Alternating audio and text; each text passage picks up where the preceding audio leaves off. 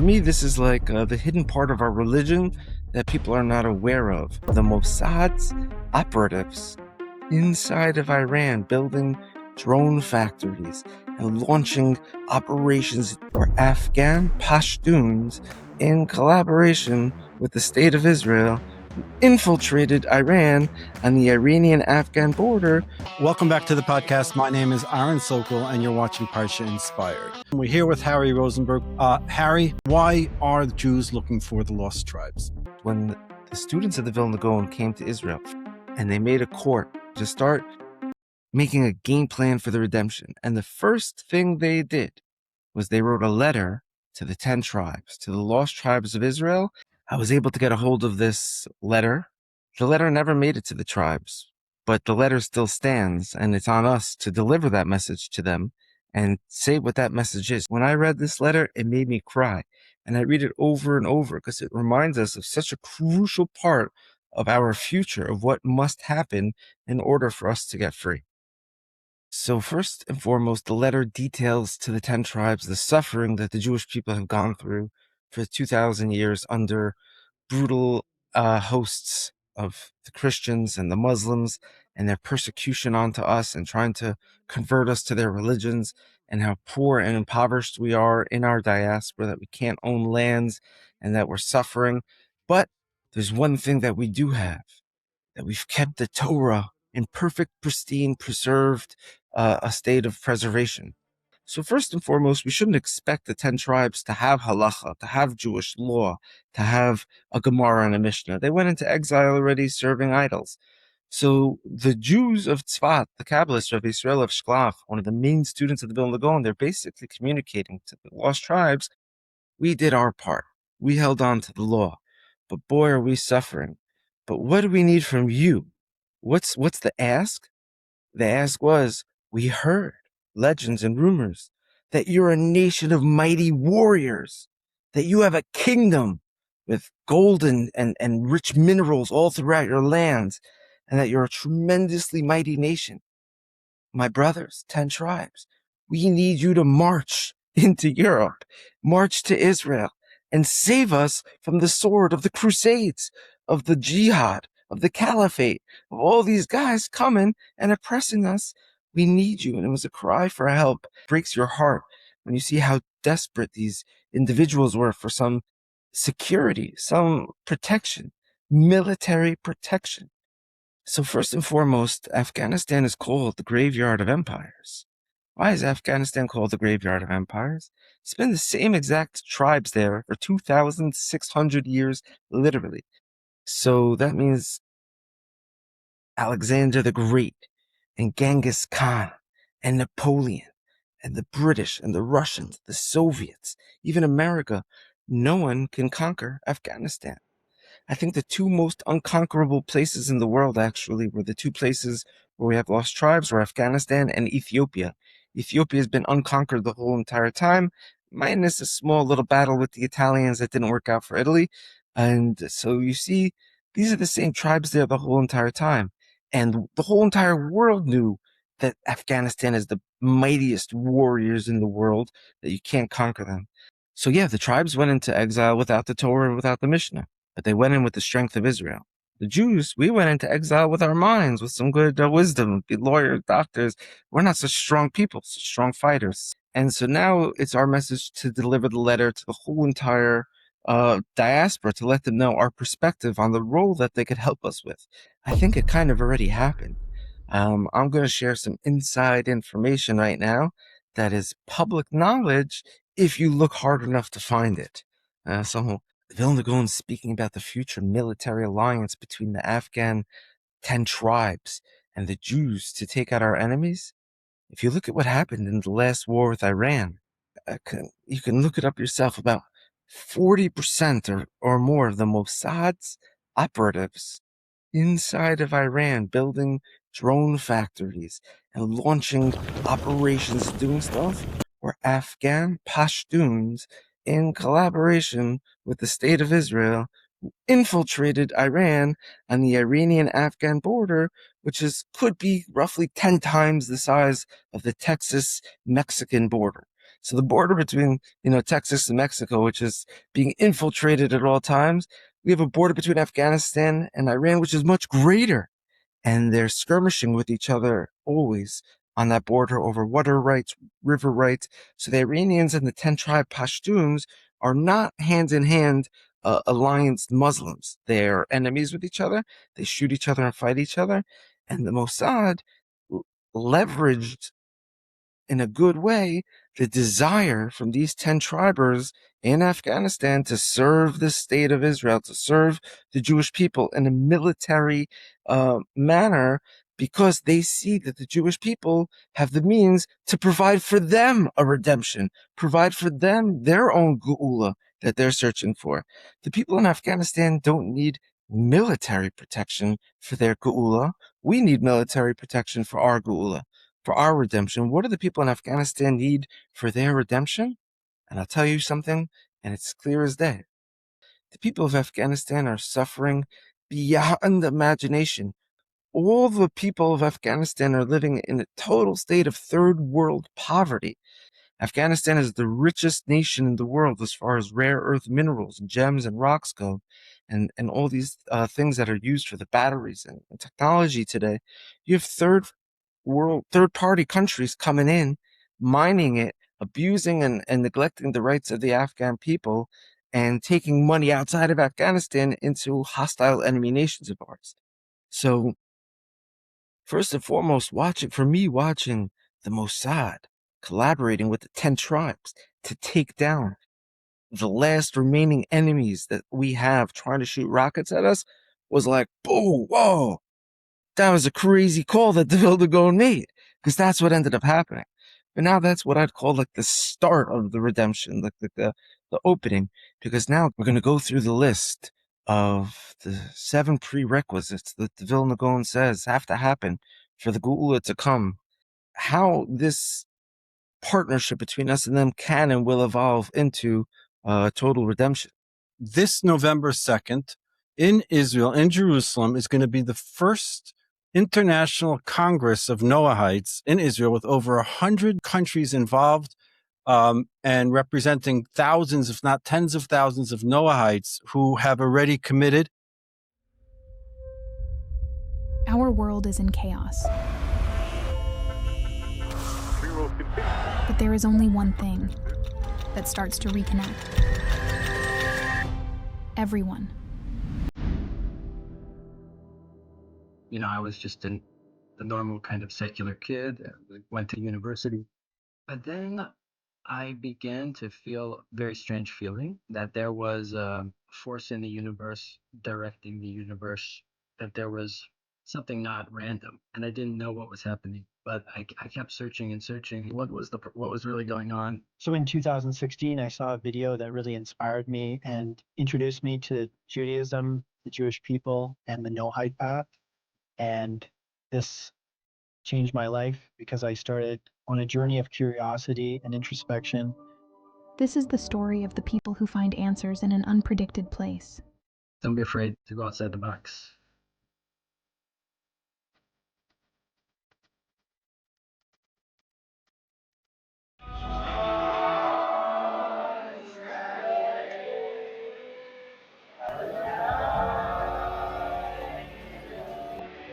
We never thought that a religion can teach a human relationship, human values, and human dignity. All those things we learn from this Noahide, in this Noahide journey, especially. A Noahide to me is someone who is connected to God, and they're connected to God in that they try to observe the 7 Noahide laws to live a righteous life and to fulfill the purpose of their life. Suddenly everything has come down. I understand my mission in life. After becoming Noahide, we learned this being self dependent, being self confident. I understand and recognize that Ariel and I are part of the same soul. I learned so many things: how to treat her, how to give her respect. And when you know, each one of us, exactly what is our mission, it's much easier to build up the full construction of the humanity in this world. I pledge my alliance to Hashem, God of Israel, creator and king of the universe, and his Torah. I hereby pledge that I adhere to the 7 laws of Noah. And I furthermore pledge to continue to uphold these laws in all their details according to the oral law of Moshe, under the guidance of the rabbis. Blessed are you, Hashem, King of the universe, who has caused me to live, sustaining me, That brought me to this day. What exactly is the next stage of the world? What exactly is happening in these worlds? In order to bring peace to the world, in order for there not to be so much angst, fight, and war, and in order for humanity to fulfill its purpose in life, recognize that all of us, all human beings, are part of Hashem's plan. My son was traveling this past week. He was in Mallorca, which is an island in Spain. And unfortunately, he lost everything. He was on a bus, his passports, everything was gone. And he didn't know what to do. So he called me up, and I called up Chabad, and no, there's no Chabad of Mallorca. So I called my friend in Mexico, who's a Noahide, and he called the Noahide community. And the Noahides drove for 2.5 hours with a new backpack and food, and drove him all the way to a rabbi they found somewhere. And he was there for Tisha B'Av. He was able to get there in time. Eventually, they found the passports, and he was able to come home safely and everything. But there is a community, an internal community around the world, a global community of people who are Noahides, who have reached places where Chabad hasn't reached. So, Yeah, I mean, you mentioned Mallorca is a famous case of a group of Anusim, as you mentioned, people who are descendants of the Spanish Inquisition forced conversions who still remain Jewish but pretended to be Christian, hid as Jews. They all have Jewish status. Now, in general, when we find these individuals, as we mentioned in the last lecture, that we're supposed to help bring them back and help reintroduce them to Torah and convert them back. The island of Majorca, there was a large group that was allowed to convert or not convert. They were allowed to rejoin the Jewish people without conversion because of their marriage records and birth certificates and tombstones that they've kept in place from the 1400s to show we've only married in our Jewish bloodlines kosherly since the Spanish Inquisition, and we're still here in Majorca today.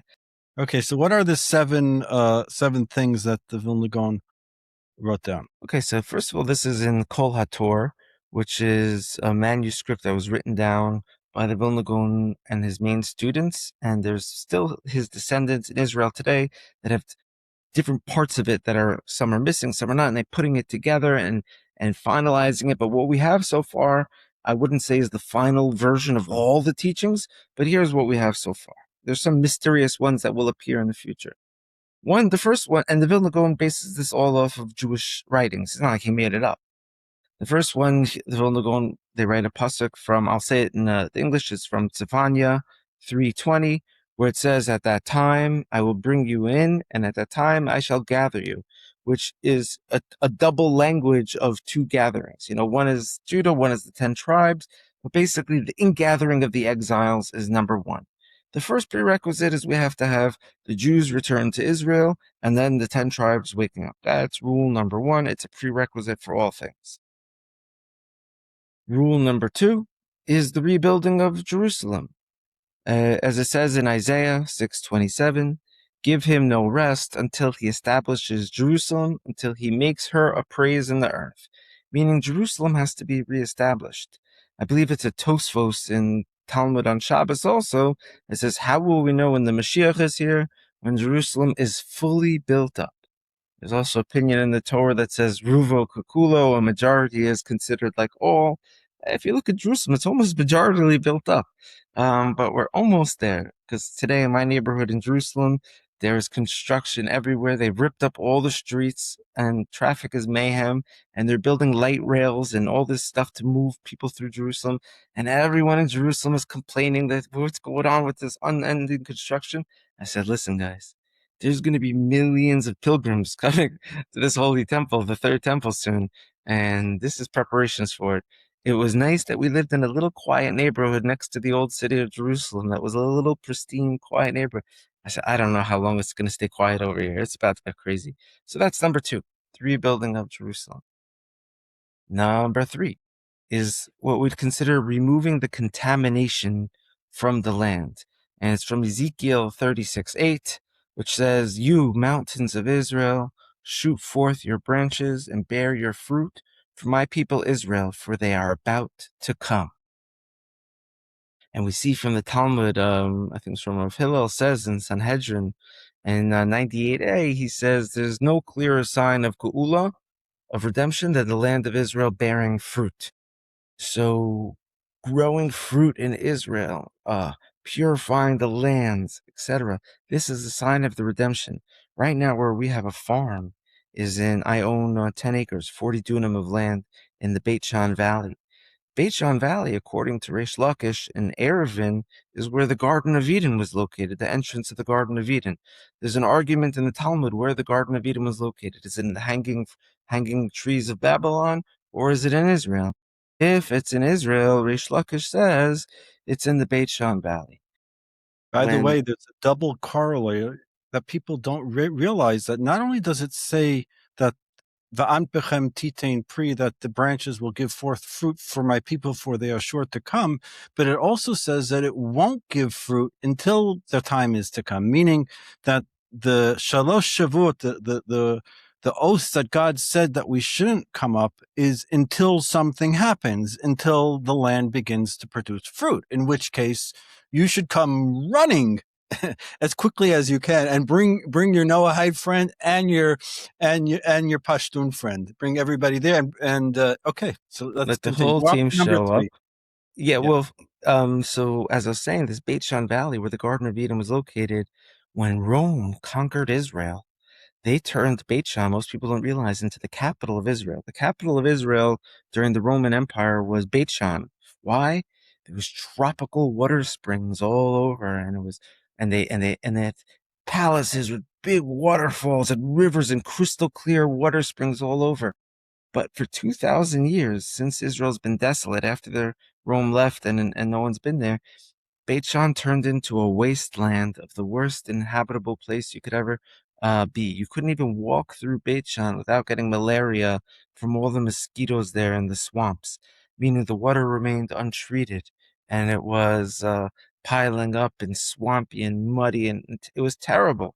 And when the Jewish people returned, they created a movement called Choma Migdal, which allowed for, under Ottoman law, for villages to become kibbutzim and moshavs overnight, meaning Ottomans didn't allow any cities or any new establishments to be built.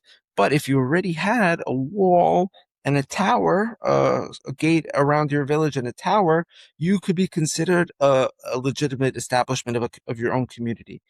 So these young Zionists were showing up with, and these were not the Vilna Gaon students. This is where we give thanks to the other Zionistic movement. They showed up with prefabricated walls in a tower, and overnight they would pop up a prefabricated community. And I think it could be a list of 60 or 70 villages in this region are all Choma Umigdal, wall and tower pop-ups. And wall and tower is also a phrase we pull from Shir Hashirim, Ani Choma v'Shaddai Kemigdalot, V'az Hayiti Beinav Kamotzet Shalom. King Solomon says, to God, you're like my wall and tower. So they popped up these wall and towers, and they irrigated the lands, and they treated the water, and they flowed the water right in it. Now Beit Shan and the surrounding region is called Emek Hamayanot, the Valley of Springs. And if you Google the word Sachna, I don't think religious men should do it because you may see some ladies swimming, but you'll see the waters Sachne, Sachne.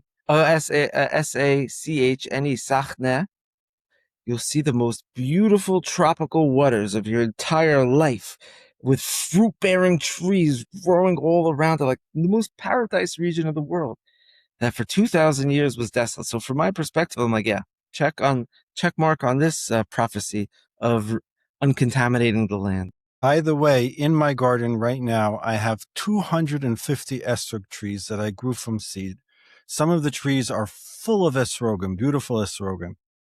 So we need to talk after the show. We need to talk to see if it has the right tropic temperatures where your fields are.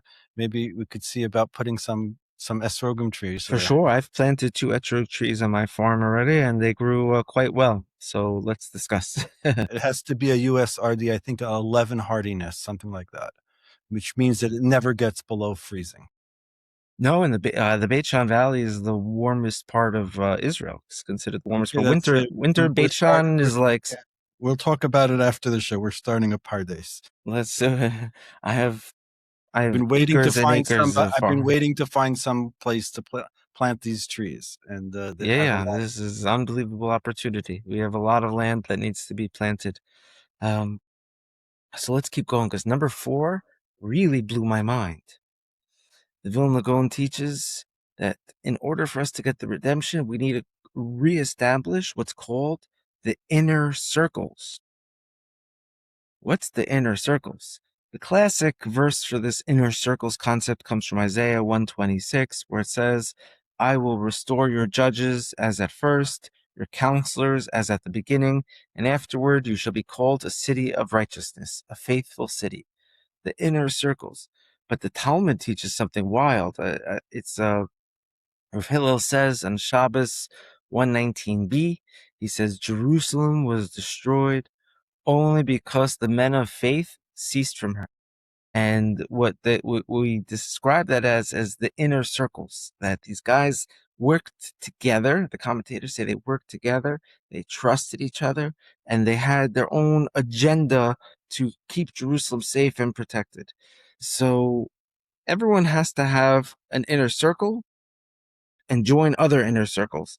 So it means if you got a little group of people planning the Geula, and there's a lot of people out there planning the Geula with a little group of people, with their rabbi and their team, and they're doing something great for it, we all need to kind of work together and not be in competition with each other for is my way. It's like, oh, Harry's doing lost tribes. Yeah, we're doing land redemption from Arabs. That's our inner circle, and Harry's got his own inner circle. And I'm trying to say, no. We need a holistic inner circle. So if you're watching this and you're doing something for the redemption, and you're trying your best and dedicate your life for bringing the redemption, and you've got a rabbi and a team, we got to all be working together to create an inner circle. So that's one thing for sure.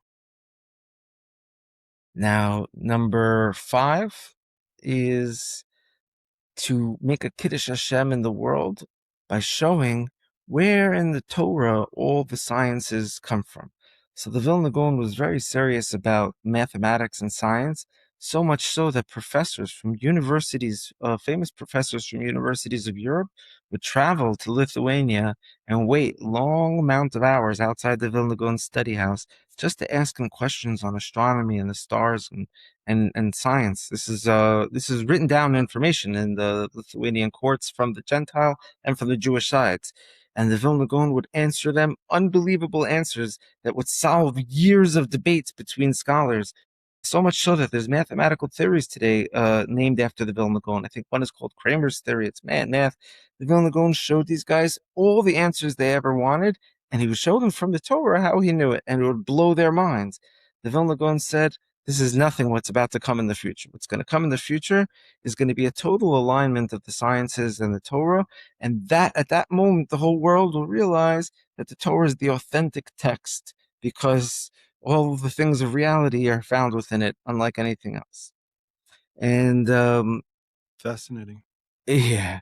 And this is obviously from Isaiah 11:9. The earth shall be filled with the knowledge of Hashem as the waters cover the sea. And the Vilna Gaon explains on this that this will be science. Now, I know that there's one scholar alive today. His name is Ephraim Palvanov. He's on YouTube, and he's a master of chemistry and biology and this. He's the only one in his caliber in his field that I've seen. Obviously, there's the Gerald Schroders and there's other people who lay the foundations. But Ephraim Palvanov is taking it into a whole nother level of his mastery of Torah and science and combining them and showing the alignment. He does have some enemies out there which who say, his opinions are too far out and out of Judaism's reach and etc. But I've seen what he says, and he doesn't say anything without a source. I did a few interviews with him on this channel. Great. He says everything with a source. So what I want to say back to the haters out there on YouTube who are making videos about him and against him, you can't hate on a Jew for having a different opinion if he has a leg to stand on from something from our sages. I disagree. I think even if he doesn't have a leg to stand, you can't hate on another Jew. You could never hate on another Jew. Right. You So could never, you're you nicer than know, me. I like it. Open the Talmud. It's full of opinions. That's and they're all Torah. And that's the Reb Moshe Feinstein has a tshuva on page Reish Nun and Yeridei Daled Chelek Ches. It's the blue one. He asks, can you even write halachas for him?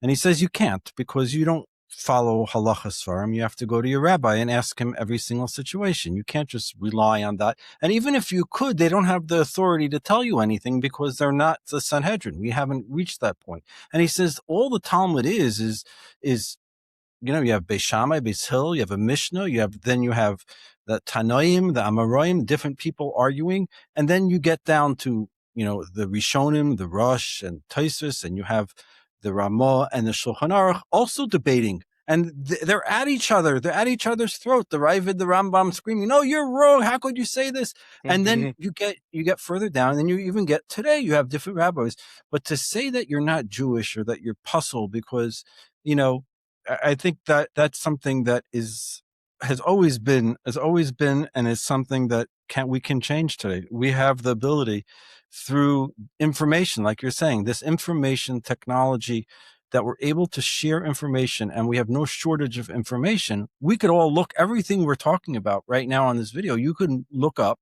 and if you don't see what we're saying, put it in the comments. We're all here to learn. We all want to know the truth. And there's nothing wrong with having many opinions on something. And there's nowhere in Judaism that we find that there's a universal theory for everything that isn't disputed. So long as you're following, your belief in God and you're following the commandments, there's very little areas that we can't disagree on. I really appreciate you clarifying that and making a strong stance on the crucial reality of our unity and respect for one another. Even on our last conversation we had on the YouTube channel, I see the comment sections. I like to go in there and answer people with questions. There were a few people who were throwing some unnice words my way, right? You shouldn't be a rabbi, you're talking this. I replied to everyone very kindly and just sent them the sources for everything I said. I said, listen, you're not arguing with me. You could argue with your own religion. And that was, as nice as I could have been. But it seems to be some people are just I'm not going to get into it further. I appreciate you clarifying the matter. What I did do, though, is I started my first company I started, we mentioned last episode, was an online yeshiva college program that allowed yeshiva students to take college credits and transfer them in. Right now, I've established a new university called Yeshiva Metaversity, and it's a yeshiva in the metaverse where you could have virtual reality classes. We already got approved by the state of Florida to be considered a university. And we're preparing now classes with people like Ephraim Palvanov, who has that Mashiach ben Yosef personality of saying, hey, I'm going to show you from the sciences, from the Torah where the sciences are found. And it's a beautiful thing. And we hope to offer courses with the geniuses of Israel. So if someone here is listening and you're a genius, you have something to offer, feel free to reach out to me. I'm building a platform to share your ideas with the world in the form of bachelor and master's degrees. So that's number 6. Now, number 7 kind of is where it all leads to, which is the ultimate rectification of God's kingdom. As we know, it says in Zechariah 14:9, and Hashem shall be king over all of the earth, and on that day he shall be one, and his name is one. So that's where the Vilna Gaon says it ends. If we do all these 6 things, it ends with the 7th. It's like 6 days of work, and the 7th is the rest. These are the 6 prerequisites, and the 7th will now be Ezekiel 37:19, as it says in Kol HaTorah, I will take the wood of Yosef, and I will place it with the wood of Yehuda, the staff or the branch, however you want to look at it, and make them one staff, one branch, and they shall be one in my hand. This is where it all ends up. And as far as we're concerned, this is when the 2 Mashiachs get revealed, the Mashiach ben Yosef and Mashiach ben David. And from my understanding, I'm not sure if we mentioned it in the last episode, there will be a 3rd Mashiach that pops up. Did we discuss this from Rav Kessin? No. Yeah. I think you mentioned. Yes. Well, We I'll mentioned. just go a little bit deeper because I brought it to the. You said that the Yanuka said that there's a Mashiach. Oh, we did this already. Amazing. That, So I'm not going to re-say it. You could listen to it again. There's 3 Mashiachs. We learned from the Ramchal through the Ribnitzer Rebbe, through Rav Kessin.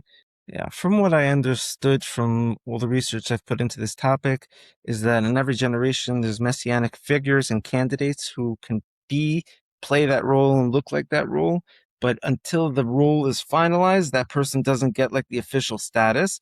But once those 3 individuals do what they have to do, it's actually a team of redeemers. It says there's Rachel Imenu, Rachel comes back, and Moses comes back, Moshe Rabbeinu and Elijah the prophet comes back, and it's a team of redeemers. But at that point, everyone gets anointed, and we all become Mashiach. All humans become Mashiach, which is what I tell people who have messianic fantasies that they could be the Mashiach. I've run into a lot of people already who've told me a that lot they of think. people watch me. Not a lot. A few people. Every video I put out, they say I'm Mashiach. Recognize me. I just tell it, if you're Mashiach, then start putting on tefillin, start going to mikvah, start bringing the gullus back. Start building the Beis Mikdash. Halavai. I wish every one of you are correct. Just do it. When you build the Beis Mikdash, we'll believe you. My inbox is filled with people who telling me that they're the Mashiach, and I tell them all back the same thing, that yes, one day we all shall be. So what you're feeling is not actually crazy. You're not crazy by thinking that you're the Mashiach. You're just a little early. It didn't happen yet, but it's going to happen very soon, and you have this preemptive sensation of what should or what can and will happen. Great, hold on to that, but just be humble about it, because as we know from Kabbalah, being the Mashiach is a very dangerous thing before the light of God returns to the world, because there's the Satan, there's the Satan, there's the Makatrik, the Samach Mem, however you want to refer it, who's looking for the Mashiachs to kill them and wipe them out. So anytime you want to be the big spiritual guy on campus, very dangerous. You want to be humble about that spiritual light and protect it. Otherwise, you could be putting yourself at risk. And that's really the rundown.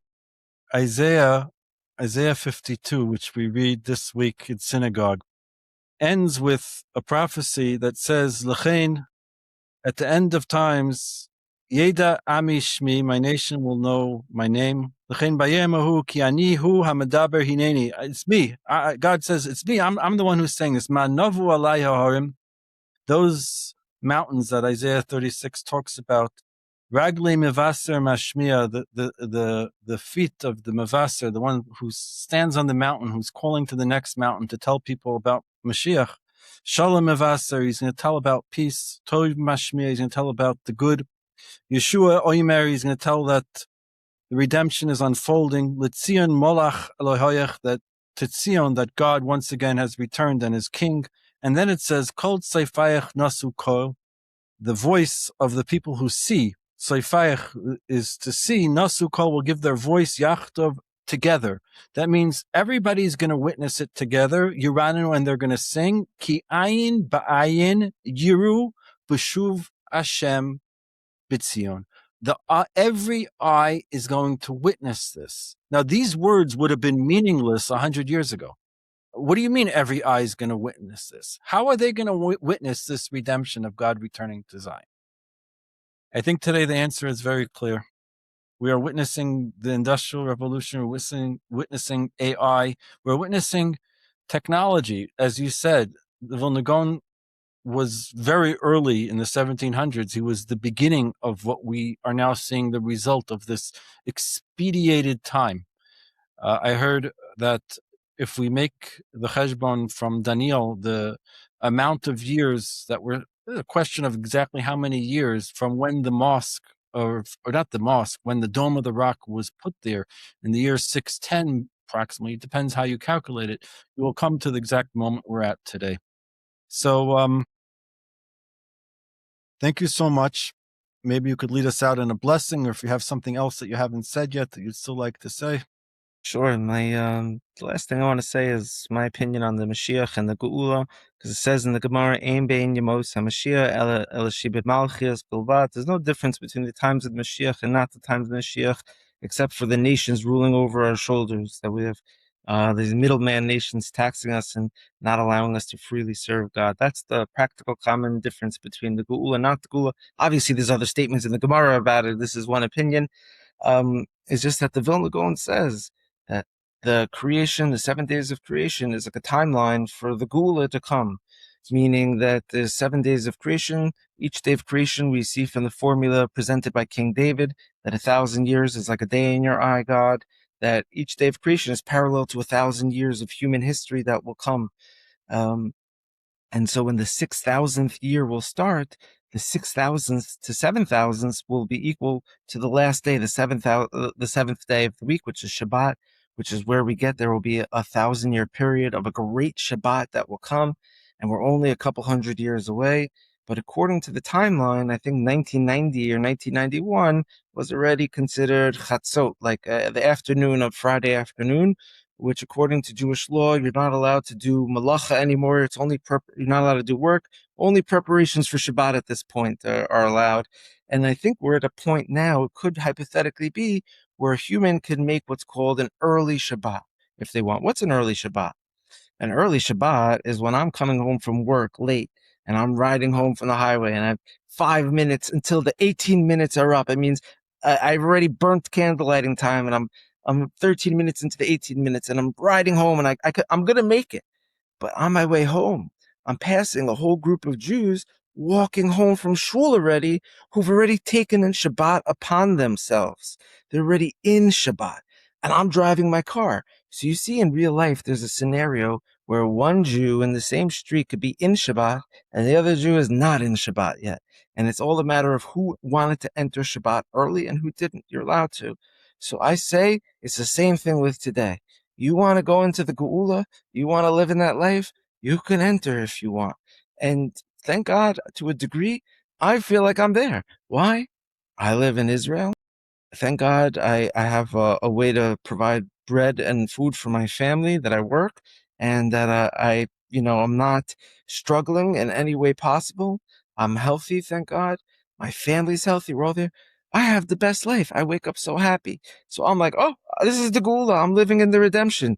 But I also feel like a little bit like a doctor. A doctor is allowed to break Shabbat to save someone else's life. So I got to deal, I got to travel to America. I'm here in America now. You got to help someone. You got to get involved. So I got one leg in Shabbat and one leg trying to help make sure everyone else gets in Shabbat. But my blessing to everyone is you should know that we are in a time period where you can move to Israel, you can get a farm, you could tap out, you could live your life of Torah and peace and tranquility. I don't care if you think it's impossible. The first step is wanting it. If you don't want it, it won't happen. If you want it, like a carrot before the horse will follow that carrot. You will follow your wants. It's from Rabbi Nachman, brought down from the Gemara. For Makos, the direction you want to go in, the angels will lead you in that direction. Manifest what you want. But Im eftach like a pischei shel machat, ani eftach like a pischei shel ulam. Open up a little hole. The Sfas Emes talks about this endlessly. That lekel gomer alai. God finishes the work. All you need to do is want it. The sin of the spies was the sin of the Jewish people. They didn't want it. God says you never really could do anything. Everything God does, even your desires. It says that God puts into your head the thoughts how to make money. You think that those are your thoughts? Mm-hmm. Those thoughts come from Hashem. Hashem puts those thoughts into your mind to buy that field.